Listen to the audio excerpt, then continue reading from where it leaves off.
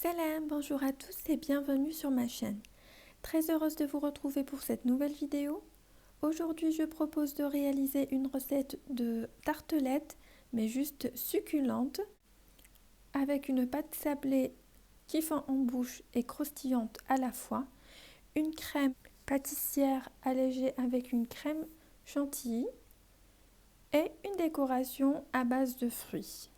Sans trop tarder, je vous laisse avec les ingrédients et la recette. Donc première étape, on va commencer par la réalisation de la pâte sablée pour les fonds de tarte.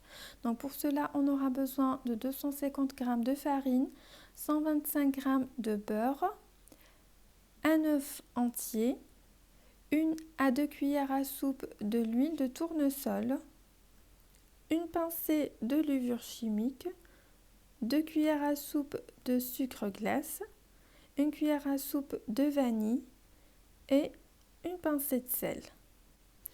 Tous les détails sur les ingrédients, vous allez les retrouver dans la boîte à description. On passe à la préparation. Donc dans un grand récipient, on va mettre les 250 g de farine. On rajoute les 2 cuillères à soupe de sucre glace, une pincée de levure chimique, une pincée de sel. Ensuite, je mélange tous les ingrédients secs et je commence par introduire le beurre. Donc le beurre doit être mou pour faciliter son incorporation. Je vais donc le découper en petites parties. Comme ça va être facile de l'incorporer à la farine. Une fois le beurre est bien introduit à notre farine, je rajoute la cuillère à soupe de l'huile de tournesol. Je continue de mélanger ma préparation. Donc on va obtenir quelque chose de sablé comme ceci. Donc une fois tous les ingrédients se sont bien amalgamés, je vais mettre un puits au milieu. Je rajoute un œuf entier. Donc si vous voulez obtenir une pâte vraiment qui fond facilement, vous mettez 2 jaunes d'œufs. Et si vous voulez rajouter un peu de croquant, donc vous mettez l'œuf entier. C'est le blanc d'œuf qui rajoute le croquant à notre pâte. Donc là, j'ai rajouté une cuillère à soupe de vanille. Je vais battre en omelette l'œuf. Ensuite, je commence à ramasser ma pâte. Donc je ramasse avec les doigts. J'évite de pétrir, donc je vais pétrir le moins possible.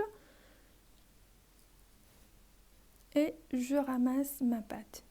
Une fois que j'ai ramassé la pâte et que j'ai obtenu une boule comme celle-ci, voilà, donc c'est bien tendre. Je vais la couvrir avec un papier film et je la laisse se reposer dans le frigo pour une durée d'1 heure. Après 1 heure de repos au minimum dans le frigo, je viens étaler ma pâte. Donc je vais saupoudrer un peu de farine sur le plan de travail et j'étale ma pâte. Donc c'est très important de laisser votre pâte se reposer. Comme ça, lorsque vous façonnez vos fonds de tarte, ils ne vont pas se déformer ou se rétrécir lors de la cuisson. Donc il faut les laisser se reposer le plus de temps possible. Donc j'ai découpé là des cercles que je vais mettre dans les moules à tarte, comme ceci. Donc je vais bien appuyer sur le fond de tarte et sur les côtés et j'enlève l'excédent de pâte.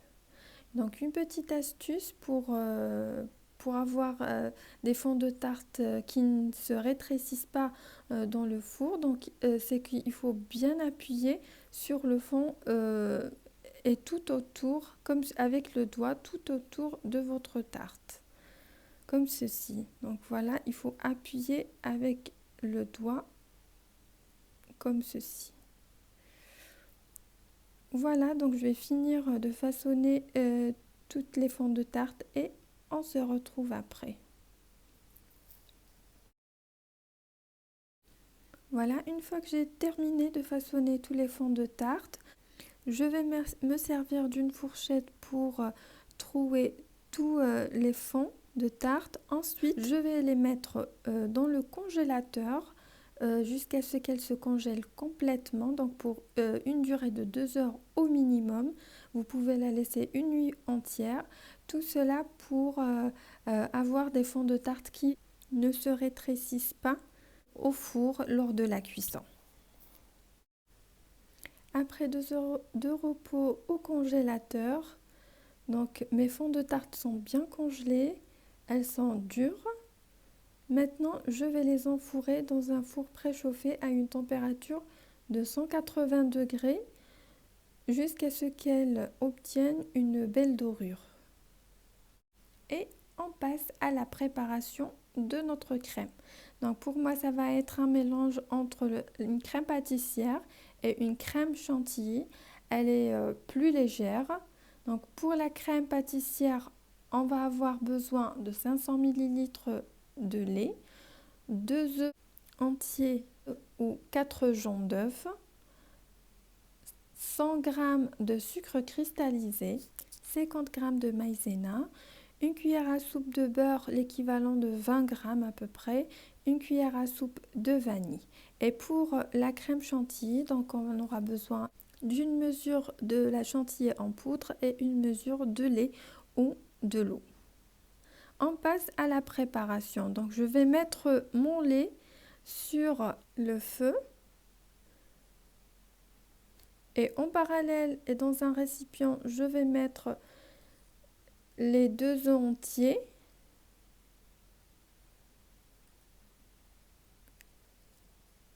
Je rajoute les 100 g de sucre cristallisé, les 50 g de maïzena.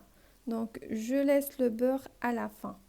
Je mélange ma préparation jusqu'à l'obtention de quelque chose de bien homogène, bien lisse. Ensuite, je vais verser un peu de lait sur cette préparation. Le lait est juste tiède. Je mélange le tout.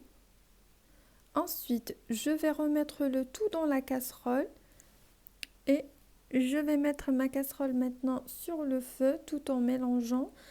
On ne va pas enlever notre main durant cette opération. Tout à l'heure, j'ai oublié de rajouter la vanille, donc je vais le faire maintenant rapidement. Donc je rajoute une cuillère à soupe de vanille, je continue de remuer, donc il ne faut pas enlever votre main, sinon ça va coller tout au fond. Une fois notre préparation commence à s'épaissir, on éteint directement le feu et on rajoute les 20 g de beurre. Donc là, le feu est éteint. Je rajoute les 20 g de beurre. Je continue de mélanger. Donc à la fin, on va obtenir une crème bien lisse. Donc je continue de remuer jusqu'à ce que notre beurre soit totalement fondu et que ma préparation a commencé à se refroidir. Donc là, je vais mettre ma crème dans un récipient.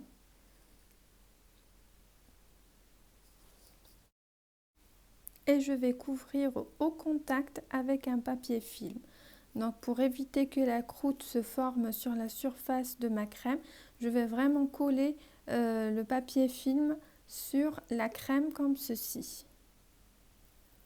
Je vais laisser se refroidir avant l'ajout de la crème chantilly. Voilà, ma crème pâtissière est bien froide, donc vous pouvez l'utiliser directement.